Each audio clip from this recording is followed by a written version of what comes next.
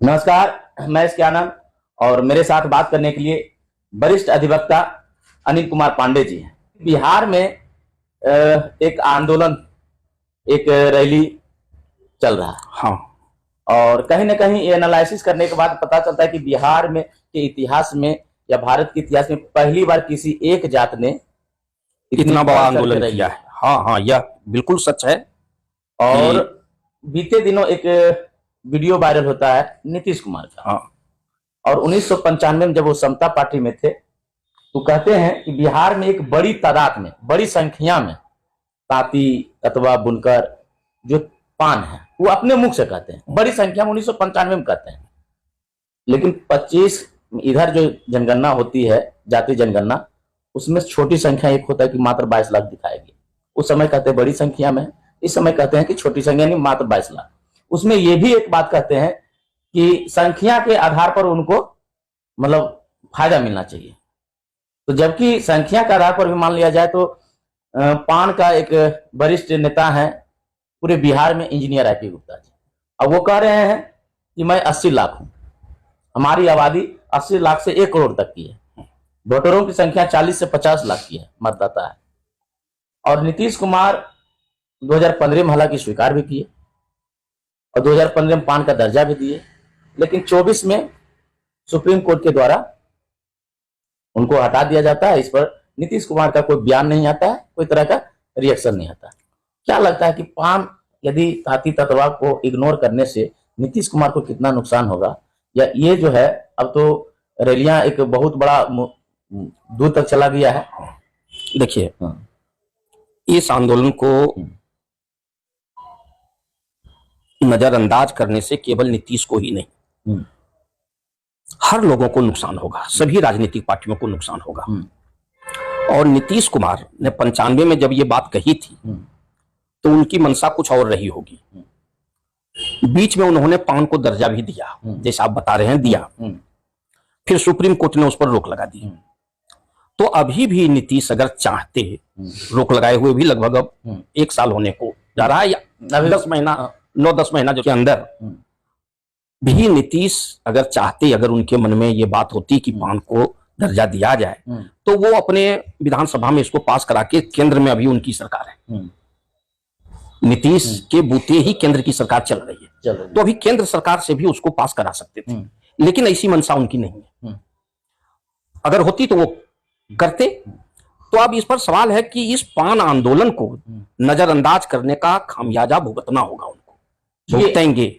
Engineer IP Gupta ji कहते हैं कि 150 विधानसभा ऐसा है जहां हमारी मतदाताओं की संख्या, हाँ सही कहते हैं, बल्कि और भी अधिक है। और कुछ इन्हें हाल के दिनों में देखा जाए चुनावी रिजल्ट का, तो कहीं कहीं 1000, 500, 2000, 5000, मैक्सिमम 5000 की जीत का अंतराल होता है।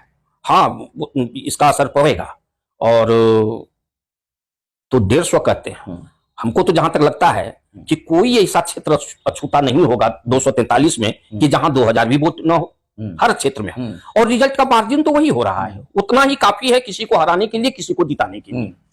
और एक समझदार राजनीतिज्ञ का यह कर्तव्य होता है कि ऐसे आंदोलन को देखते हुए उसकी मांग को पूरा करता है।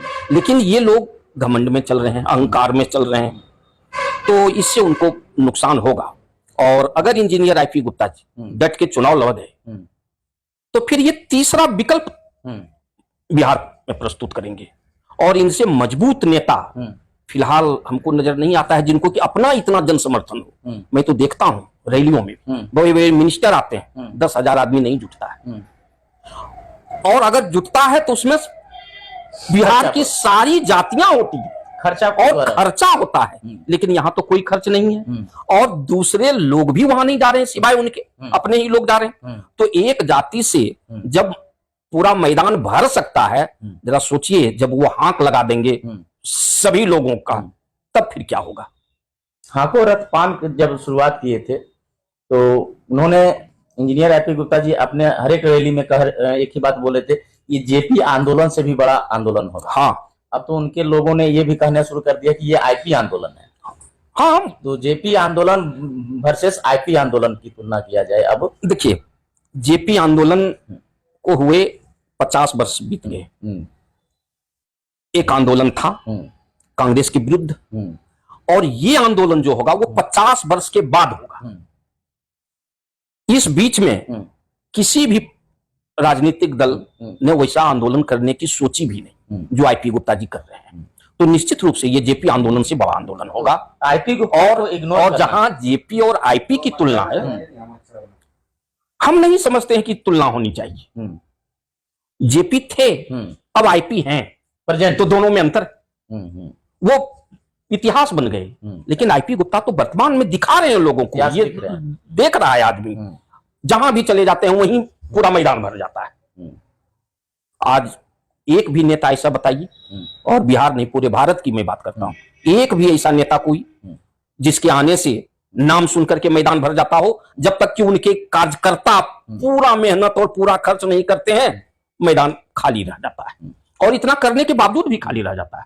तो कहीं ना कहीं देश में यदि मान लिया जाए, अभी बिहार में आईपी गुप्ता को यदि इग्नोर करते हैं, हाँ, मान लीजिए नीतीश कुमार इग्नोर करते हैं, लेकिन तेजस्वी यादव भी कहीं ना कहीं, लेकिन इधर एक और अनाउंसमेंट कर दिए हैं आईपी गुप्ता जी की नई पार्टी, हाँ, उनकी घोषणा करने वाले हैं। निश्चित रूप से नई पार्टी का निर्माण होना चाहिए, होना चाहिए। निश्चित रूप से नई पार्टी का निर्माण होना चाहिए। क्योंकि अभी जो मैं राजनीतिवादियों को जो मैं देख रहा हूं, उनकी कही हुई बातों पर भरोसा करना मुश्किल है, और एक भरोसेमंद राजनीतिज्ञ को अपने पैर पर खड़ा होना पड़ेगा,